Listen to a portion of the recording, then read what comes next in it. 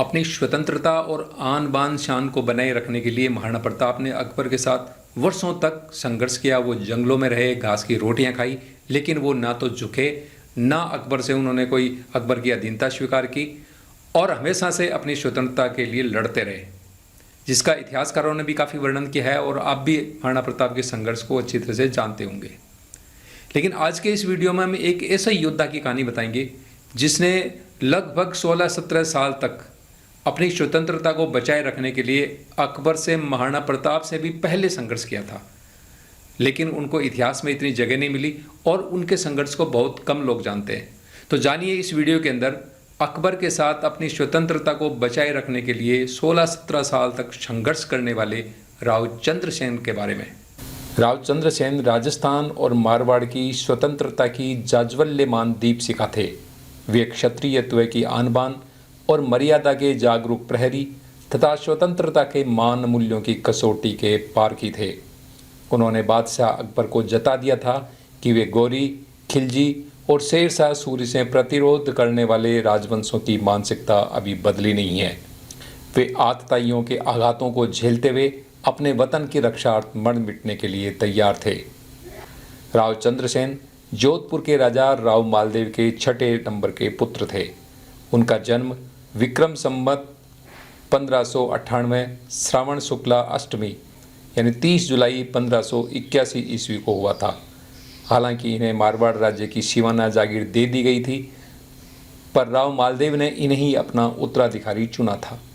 राव मालदेव की मृत्यु के बाद रावचंद्र सेन सिवाना से जोधपुर आए और विक्रम संवत 1619 पोष शुक्ल षष्ठी को जोधपुर की राजगद्दी पर बैठे। हालांकि अपने भाइयों से वे छोटे थे, पर उनके संघर्षशील व्यक्तित्व के चलते राव मालदेव ने अपने जीते जी ही इन्हें अपना उत्तराधिकारी चुन लिया था। रावचंद्र सेन के जोधपुर की गद्दी पर बैठते ही इनके बड़े भाइयों राम और उदय सिंह ने राजगद्दी के लिए विद्रोह कर दिया। राम को चंद्र सेन ने सैनिक कार्यवाही कर मेवाड़ के पहाड़ों में भगा दिया तथा उदय सिंह, जो उनके सहोदर थे, को फलोदी की जागीर देकर संतुष्ट किया। राम ने अकबर की सहायता ली और अकबर की सेना मुगल सेनापति हुसैन कुली खां के नेतृत्व में राम की सहायतार्थ विक्रम संवत 1621 में जोधपुर पहुंची और जोधपुर किले को घेर लिया। 8 माह के संघर्ष के बाद रावचंद्र सेन ने जोधपुर का मेहरानगढ़ किला खाली कर दिया और अपने सहयोगियों के साथ भाद्राजूण चले गए और यहीं से उन्होंने अपने राज्य मारवाड़ पर 9 वर्ष तक शासन किया। भाद्राजूण के बाद वे सिवाना आ गए। विक्रम संवत 1627 भाद्रपद शुक्ला दशमी को बादशाह अकबर जियारत करने के लिए अजमेर पहुँचे। वहाँ से वे नागौर पहुँचे, जहाँ सभी राजपूत राजा उनसे मिलने पहुँचे। रावचंद्र सेन भी नागौर आए, पर वे अकबर की फूट डालो नीति देखकर वापस लौट गए। उस वक्त उनके सहोदर उदय सिंह भी वहाँ उपस्थित थे, जिन्हें अकबर ने जोधपुर के शासक के तौर पर मान्यता दे दी। विक्रम संवत 1627 फाल्गुन बुद्धि 15 को मुगल सेना ने भाद्राजूण पर आक्रमण कर दिया, पर रावचंद्र सेन वहाँ से सिवाना के लिए निकल गए। सिवाना से ही रावचंद्र सेन ने मुगल क्षेत्रों अजमेर, जेतारण, जोधपुर आदि पर छापामार हमले शुरू कर दिए। रावचंद्र सेन ने दुर्ग में रहकर रक्षात्मक युद्ध करने के बजाय पहाड़ों में जाकर छापामार युद्ध प्रणाली अपनाई। अपने कुछ विश्वस्त साथियों को किले में छोड़कर खुद पीपलोद के पहाड़ों में चले गए और वहीं से मुगल सेना पर आक्रमण कर उनके रसद सामग्री आदि को लूटते रहे। बादशाह अकबर ने उनके खिलाफ कई बार बड़ी बड़ी सेनाएं भेजी, पर अपनी छापामार युद्ध नीति के बल पर रावचंद्र सेन अपने थोड़े से सैनिकों के दम पर ही मुगल सेना पर भारी पड़ते थे।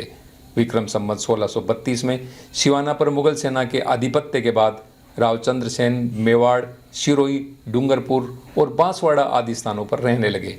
कुछ समय बाद वह फिर शक्ति संचय कर मारवाड़ आए और विक्रम संवत 1636 में सोजत पर अधिकार कर लिया। अपने जीवन के अंतिम वर्षों में रावचंद्र सेन ने सिवाना पर फिर से अधिकार कर लिया था। बादशाह अकबर उदय सिंह के पक्ष में थे, फिर भी उदय सिंह रावचंद्र सेन के रहते जोधपुर के राजा बनने के बावजूद भी मारवाड़ के एक छत्र शासक नहीं बन सके।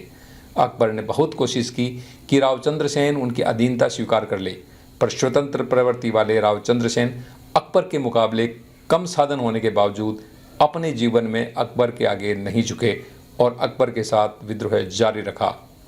विक्रम संवत 1636 माघ सुदी सप्तमी यानी 11 जनवरी 1581 को मारवाड़ के इस महान स्वतंत्रता सेनानी का सारण सिंचियाई के पहाड़ों में 39 वर्ष की अल्पायु में स्वर्गवास हो गया।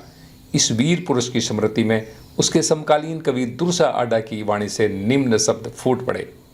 अण दगिया तूरी उजला असमर, चाकर रहण ने डिगियो चित, सारा हिंदुकार तणे सिर पाताल ने चंद्रसेन प्रवीत। स्वतंत्र वीर राव चंद्रसेन के ऊपर एक पुस्तक लिखी गई है जिसका संपादक डॉक्टर हुकम सिंह जी भाटी ने किया है। हमने ये सभी तथ्य उसी पुस्तक के अंदर से लिए हैं। धन्यवाद। जय हिंद।